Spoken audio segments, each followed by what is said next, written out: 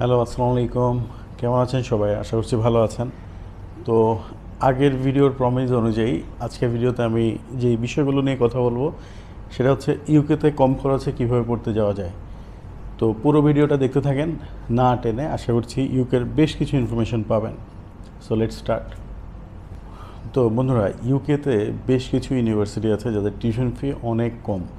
আমরা কিন্তু এগুলো নিয়ে খুব বেশি রিসার্চ করি না। আমরা দেখা যায় কমন যে ইউনিভার্সিটিগুলো বা যেগুলোতে অ্যাডভার্টাইজ বেশি চলে ফেসবুকে বা এজেন্সিগুলোর মাধ্যমে, সো এর বাইরে আপনাদেরকে যেতে হবে আরেকটু কম টিউশন ফির মধ্যে।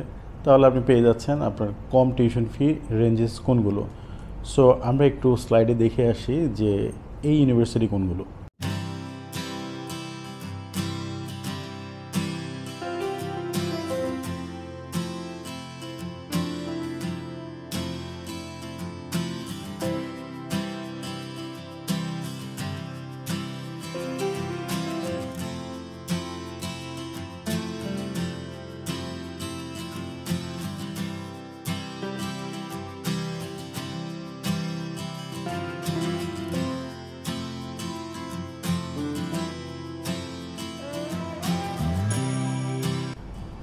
তো বন্ধুরা অলরেডি দেখে গেছেন যে আসলে কোন কোন ইউনিভার্সিটিতে কম টিউশন ফির মধ্যে যাওয়া যায়। এখন আমি আরেকটা ইম্পর্টেন্ট ইনফরমেশান দেবো আপনাদেরকে।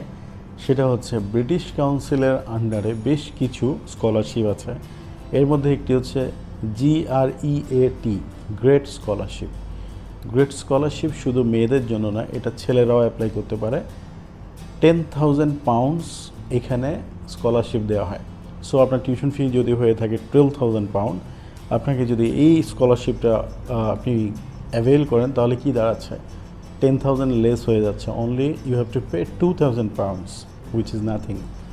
সো এইভাবে যদি চিন্তা করেন, এই স্কলারশিপের জন্য অ্যাপ্লাই করেন। এবং এখন দেখা যাক যে এই স্কলারশিপ পাওয়ার জন্য আপনার যোগ্যতা কী কী থাকা লাগবে। অবশ্যই একটা যোগ্যতা থাকা লাগবে, এমনি এমনি তো অ্যাপ্লাই করলে হবে না। সো আমরা এই স্লাইডটাতে দেখি।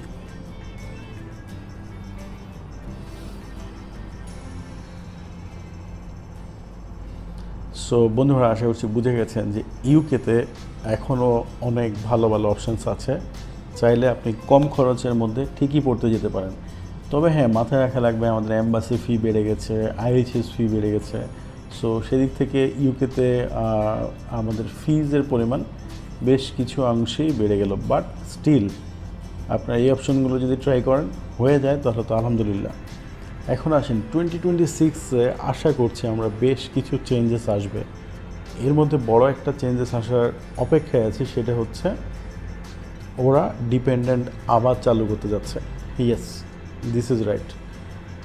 এখন সেখানে অনেক বড় বড় ল মেকারদের সাথে অলরেডি তাদের গভর্নমেন্ট থেকে বসেছে যে তাদের স্টুডেন্টদের থেকে যে আর্নিংটা আছে ইকোনমিক্যালি সেটা অনেক বেশি ডাউনফল করছে। যার কারণে এখন তারা এই খাতটা থেকে তাদের ইনকাম একেবারেই নাই বললেই চলে।